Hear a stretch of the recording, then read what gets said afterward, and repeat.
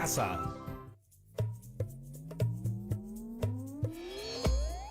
Hola, ¿cómo están?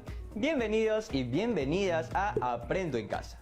Yo soy Jonathan Hernández y hoy desarrollaremos el área de ciencia y tecnología. Recuerda que este es un programa dirigido a estudiantes de tercero de secundaria. ¿Te has preguntado alguna vez de dónde venimos? Sé que la respuesta puede resultar un poco bueno, bastante rara, pero me refiero a si se han preguntado sobre cómo llegamos a ser así. Seres que se paran en dos piernas, pueden hablar, tienen programas de televisión y se preguntan ¿de dónde venimos? ¿Se han dado cuenta que somos una especie bastante rara? Pero como casi todo, debe haber un porqué, y la ciencia nos ayudará a responder esta pregunta, o al menos parte de ella. Hoy hablaremos sobre las teorías evolucionistas que explican el origen y la evolución de las especies. ¿Ven que ahora no les parece tan rara mi pregunta inicial? Hoy aprenderemos que las especies actuales son la evolución de especies prehistóricas como los dinosaurios. Y también aprenderemos sobre la teoría evolucionista de Charles Darwin y Lamarck, y cómo fueron corroboradas por la ciencia en este siglo. Además, veremos cómo no solo la acción de la naturaleza es la que provoca cambios en el individuo, sino también lo hace el mismo individuo, a través del desarrollo de nuevas habilidades, características y mutaciones. Y comprobaremos que mientras más complejo es el organismo, como nosotros por ejemplo, más largo es el proceso de evolución. Presta mucha atención porque al final del programa habrá un nuevo reto para resolver. ¡Vamos con el video! Oye, Diego, ¿qué haces observando tanto ese huevo en vez de hervirlo y comerlo? ¿Qué estás hablando, cerebro? Este no es un huevo de gallina cualquiera, es el huevo de un animal extraño que aún no identifico. ¿Y dónde conseguiste este huevo de un animal extraño que aún no identificas? Bueno, lo que pasa es que mi bisabuelo era biólogo y el fin de semana fui a visitar lo que era su casa y me enseñaron que tenía una colección de huevos de animales de distintas especies y me pareció loquísimo, así que traje uno al programa. Ah, bueno, me parece muy interesante que muestres interés por las aficiones de tus antepasados, pero ¿no te parece mejor poner ese huevo a cocinar? Escúchame, cerebro, no me voy a comer absolutamente nada. Este huevo es una reliquia en mi familia y también dice mucho de mi bisabuelo y de mis antepasados. ¿Acaso a ti no te importa respetar o no te ha interesado tu familia, tus orígenes, tus herencias y todo lo que se viene acumulando años atrás cuando no existías? Creo que Diego está pasando por una etapa muy típica en varias personas. La llaman nostalgia de origen. Es cierto, visitar la casa de tu bisabuelo te ha hecho pensar de dónde vienes, cuál es tu origen y todo lo demás. Sí, me estuve preguntando qué podría haber antes de mi bisabuelo. ¿Tu tatarabuelo? No, me refiero a muchísimo más atrás. Por ejemplo, ¿de dónde venimos los seres vivos? ¿Existe la evolución? Bueno, esas son preguntas muy interesantes y por eso hoy en el programa vamos a descubrir quién fue primero, el huevo o la gallina.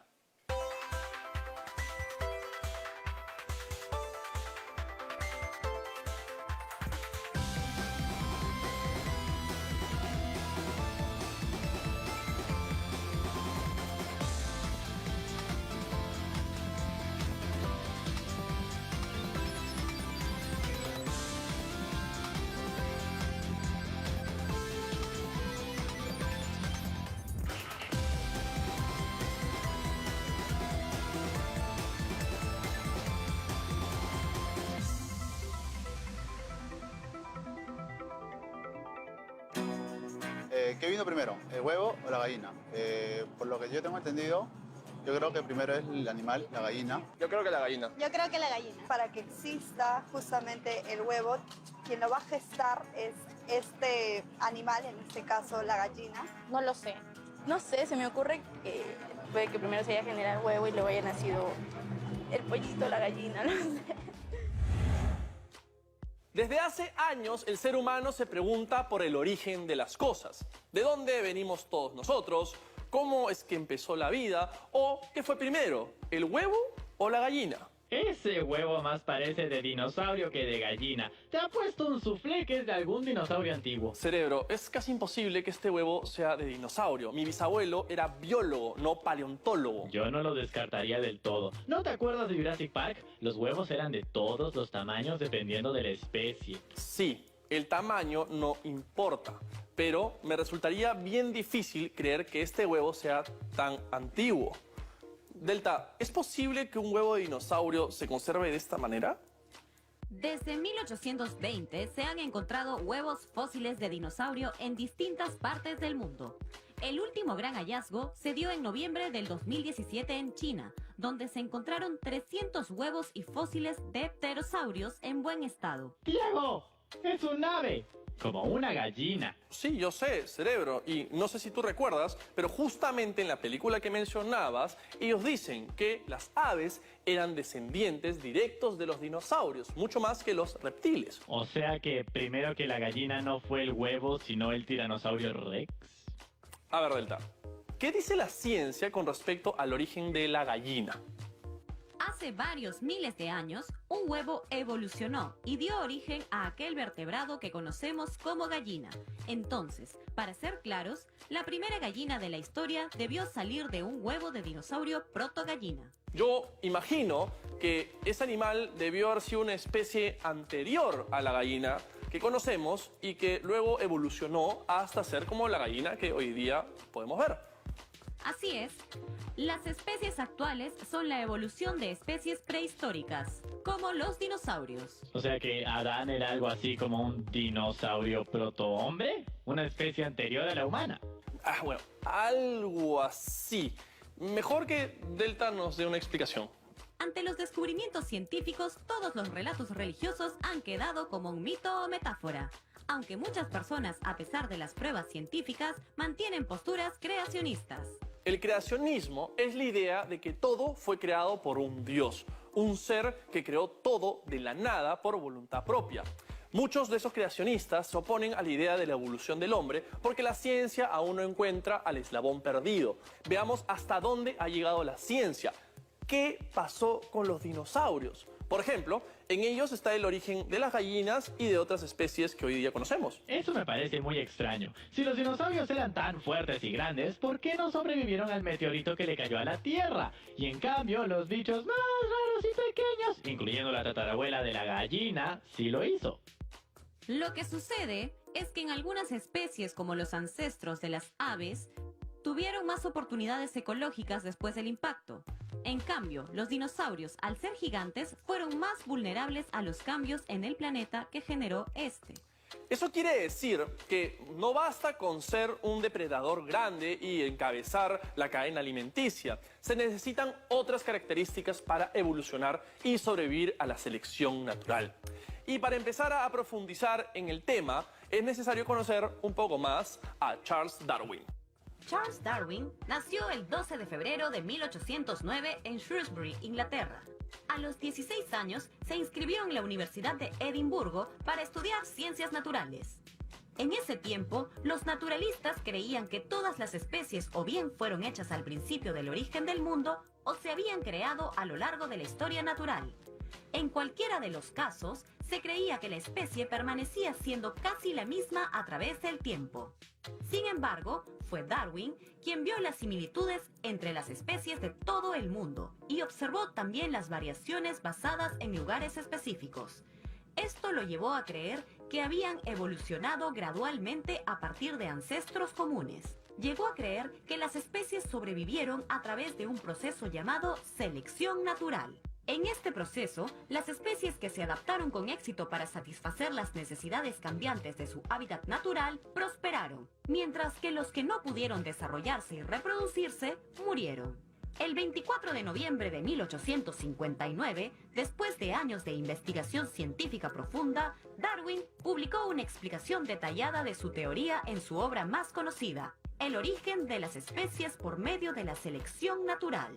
Darwin murió y durante el siglo siguiente los estudios de ADN revelaron evidencia de su teoría de la evolución, a pesar de la controversia que rodea su conflicto con el creacionismo. Ese Charlie no creía en nadie. Claro que sí, creía en la ciencia. Darwin es una de las piezas clave para poder entender la evolución biológica de las especies. Así que con su teoría de la evolución, Charles Darwin hizo remover cerebros y creencias. Bueno, como dicen, sigue siendo una teoría que aún no ha sido comprobada al 100%. Pero como se dice, en la ciencia las respuestas únicas y definitivas no existen, sino que existen las nuevas preguntas. Entonces aquí va otra nueva pregunta. Si en la naturaleza todo evoluciona, ¿eso quiere decir que no solo los animales, sino también las plantas y hasta las piedras lo hacen? Un ejemplo, por ejemplo, de evolución sería el que me contó mi abuelo, y es el de los osos polares. El oso original tenía pelo marrón, pero como pasa en la naturaleza, en algún momento hubo una mutación y nació uno con pelo blanco. Un oso albino. Así es. Y ese pelo blanco le sirvió a ese oso mutante para sobrevivir y ser el que más posibilidades de comida y reproducción tuviese en la nieve, debido a que podía camuflarse y sus presas no lo veían. El que mejor se adapta a su entorno sobrevive. Qué pena que los dinosaurios no supieron hacer eso. Y ahora, ¿qué les parece si hacemos un pequeño viaje al pasado? Lo que vamos a hacer es conocer el Museo de Historia Natural.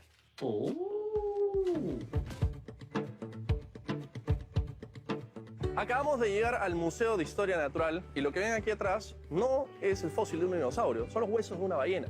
Pero ahora vamos a encontrarnos con Rodolfo Salas, que es un paleontólogo y nos va a mostrar verdaderos fósiles de dinosaurio. Este sí es un verdadero fósil de dinosaurio. Este es un húmero de un Titanosaurus y se han encontrado algunos huesos en la zona de Bagua, en el norte del Perú. Lo hemos reconstruido a escala real y lo podemos ver acá en el museo. Esta es la réplica que han reconstruido a partir del fósil que encontraron de húmero, ¿no es cierto? Así es. ¿Hay muchos fósiles en el Perú o no es común encontrar fósiles? De dinosaurios no es tan común. Si queremos ver huellas de dinosaurios, sí hay bastantes en el Perú. ¿Y qué tipo de dinosaurios hay en el Perú? Habían Titanosaurus, otros dinosaurios carnívoros también, habían dinosaurios picos de pato. Estos se han reconocido a través de las huellas. Y hay huellas gigantescas. Por ejemplo, una huella mide 70 centímetros, más o menos, Ya, en la zona de Antamina. más o menos. Sí, Esta huella de este dinosaurio será así. Y miren el tamaño. claro. Y el otro dinosaurio era un carnívoro, además. Ya. Así que imagínate, era más grande posiblemente que el mismo tiranosaurio Rex.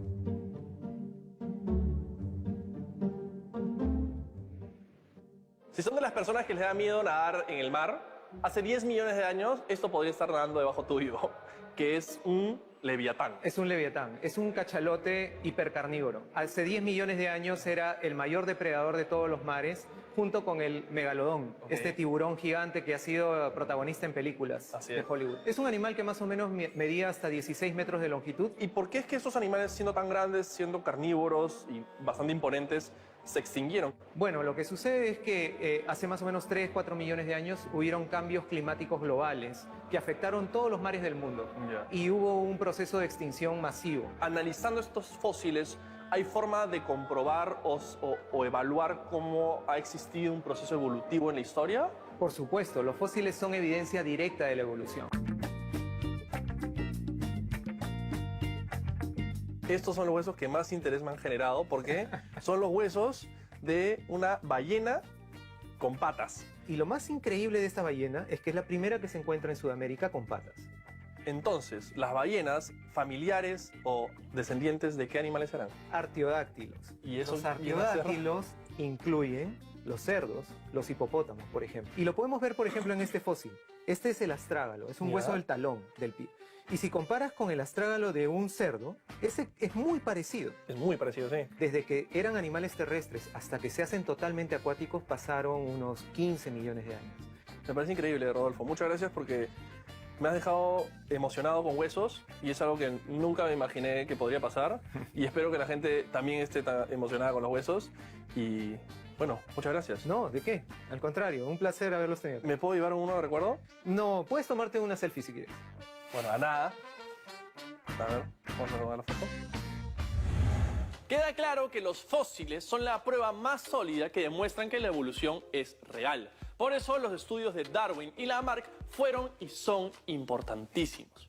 Hoy la evolución sigue siendo un fenómeno complejísimo y su estudio podría llevarnos a encontrar claves para saber si alguna otra especie del reino animal, por selección natural, podría ser capaz de desarrollar un lenguaje con el tiempo. Oye, ¿y eso de la selección natural es algo así como si la naturaleza estuviese en plan Gareca y selecciona a sus convocados? Les dice, tú sí, tú no, tú sí, tú no. Bueno, no solo es la naturaleza de su entorno, sino también los cambios en el organismo de los seres, sobre todo en su ADN. Este es el mismo debate que tienen darwinianos y lamarckianos. Así es, no solo la acción de la naturaleza del entorno es la que provoca los cambios en el individuo, sino también es el individuo que a través del desarrollo de nuevas habilidades, características y mutaciones logra evolucionar. Y como postulaba Lamarck, esas nuevas características son heredadas a las siguientes generaciones. Entonces si entreno y hago mucho deporte ya está, mis hijos podrán heredar todo eso y saldrán fuertes y atléticos para sobrevivir en el mundo. Ok, cerebro, cada evolución toma su tiempo dependiendo de la especie. En la especie humana no crean que sea tan rápido como de una generación a otra. Porque, por ejemplo, hay especies que demoran millones de años en evolucionar. Como así hay también otros organismos que no demoran tanto como los virus o las bacterias. Para completar la idea, se podría decir que mientras más complejo es el organismo, más largo su proceso de evolución. Por eso es que los virus y las bacterias evolucionan mucho más rápido. Y debido a eso, la industria farmacéutica tiene que sacar constantemente nuevos antibióticos para combatirlos. Así que los microbios, siendo tan insignificantes y pequeñitos, son los que más están en constante evolución. Bueno, también se da en organismos un poco más complejos. Está el caso de los insectos. Existen gusanos que son una amenaza en la industria agrícola, que también evolucionan muy rápido. Se adaptan para sobrevivir a los pesticidas que se usan para exterminarlos. ¿Eso quiere decir que las bacterias y los gusanos pueden ser más adaptables que un gorila o un jaguar? Oigan, ¿y cómo notamos la evolución en animales más grandes? Bueno, para eso vamos a utilizar a Lamarck y Darwin, que obviamente explicaban esto a través del proceso evolutivo de las jirafas. Así que vamos a verlo.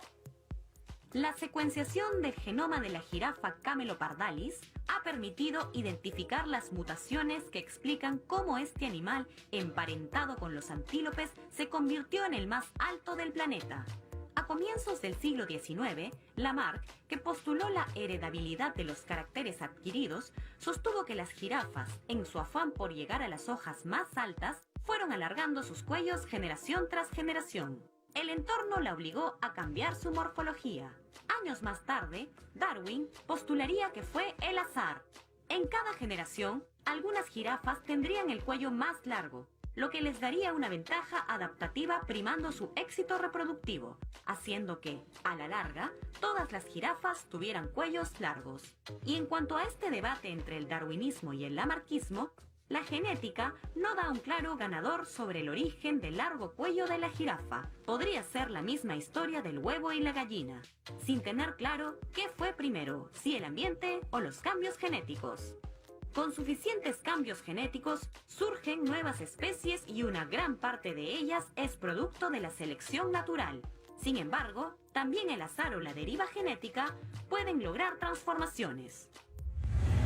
Entonces puede que tanto Darwin y Lamarck estén en lo correcto. Puede que sí, cerebro. ¿Y qué les parece si ahora que ya sabemos de dónde vienen las gallinas, las jirafas, los dinosaurios y los microbios, me ayudan a saber de dónde vino mi bisabuelo? Buena pregunta, porque no creo que haya nacido de ese huevo. Su bisabuelo no, pero quizás un antepasado sí. Y poniéndonos así bien camiseta, ¿de dónde salieron los primeros peruanos? Bueno, ya que el Perú como república recién va a cumplir el bicentenario, asumo que tu pregunta en realidad va por ¿cuál fue el primer humano que habitó estas tierras? Exacto.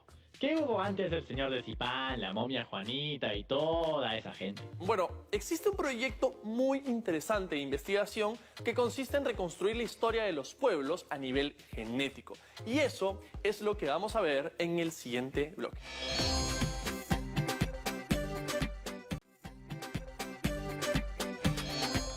Acabamos de llegar al Centro de Genética y Biología Molecular, donde vamos a hablar con dos personas que saben muchísimo sobre ADN. Así que ahora vamos a ir a buscarlos. José, tú eres un especialista en ADN y genética. ¿Qué es el ADN? Es la información que se transmite de generación en generación.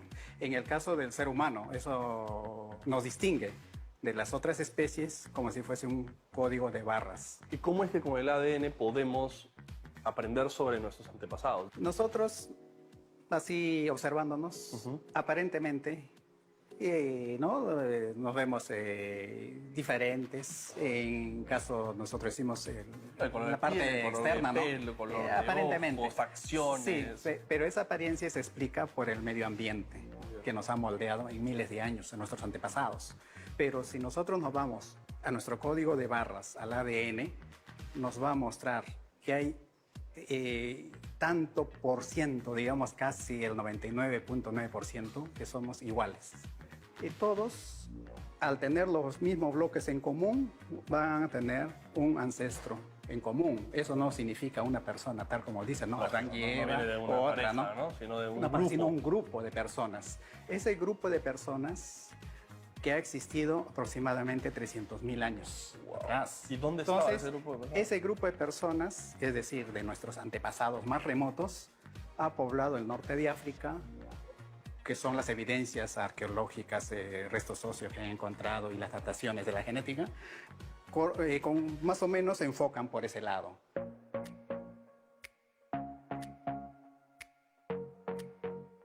Todo parte de aquí, ¿no es cierto? De África. Así es. Desde aquí salieron los primeros humanos que fueron poblando el mundo durante miles de años, mezclándose en distintas culturas y en distintos lugares para finalmente ir avanzando durante ¿cuántos años Y más o llegar menos? hasta el continente americano, que es reciente, ¿no? De hace 15.000 años. 15.000 años, pero esto inició ¿hace cuánto?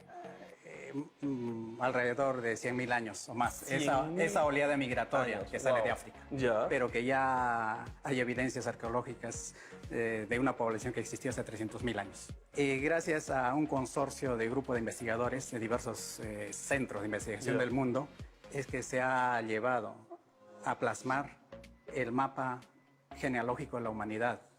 Y plasmado en el proyecto llamado Genográfico, que justamente lo va a explicar ahora el colega Ricardo Fujita.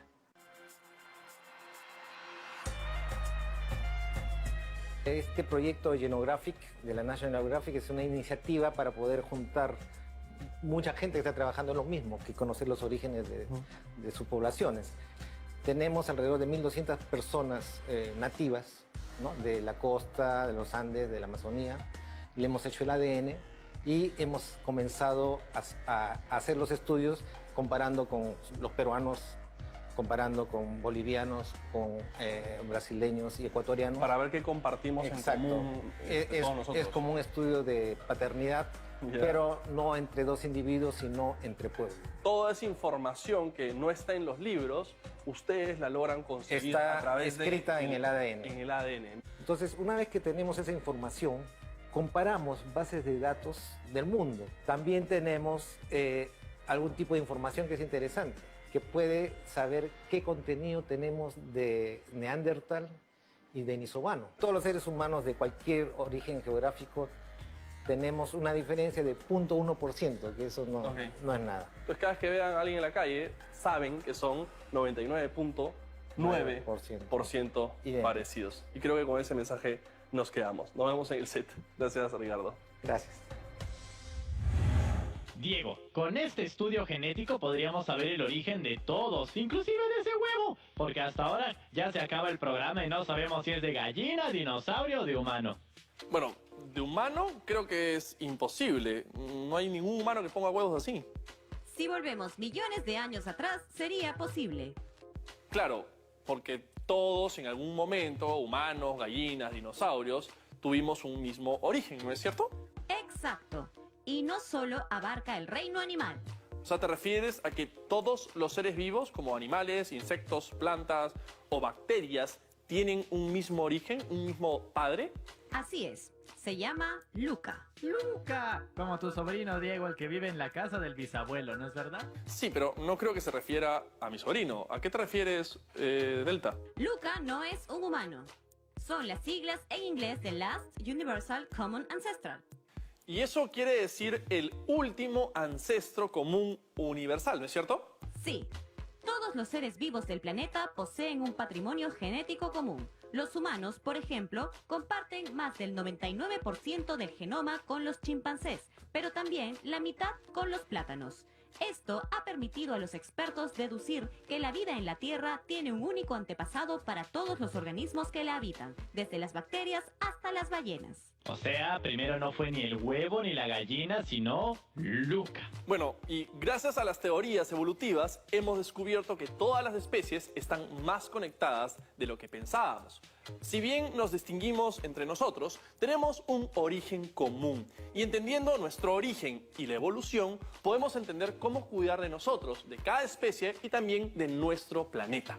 Bueno, ¿vas a abrir ese huevo o no? Quiero saber qué hay allá adentro. No lo voy a abrir, pero tengo una buena manera de determinar de qué es. Delta, ¿podríamos analizarlo?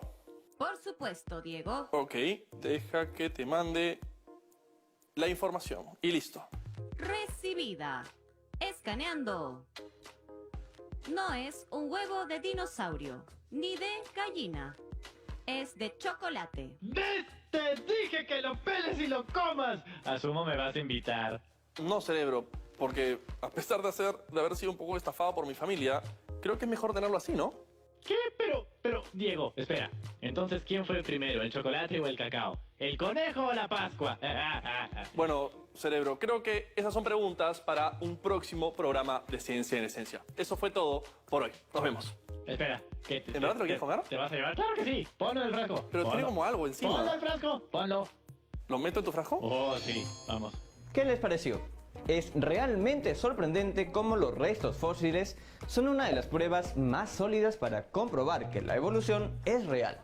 Restos fósiles de dinosaurios como el Leviatán, un cachalote hipercarnívoro, el mayor depredador que vivió hace 10 millones de años junto con el megalodón, un tiburón gigante y que probablemente son antepasados o se relacionan a las especies que aún existen hoy.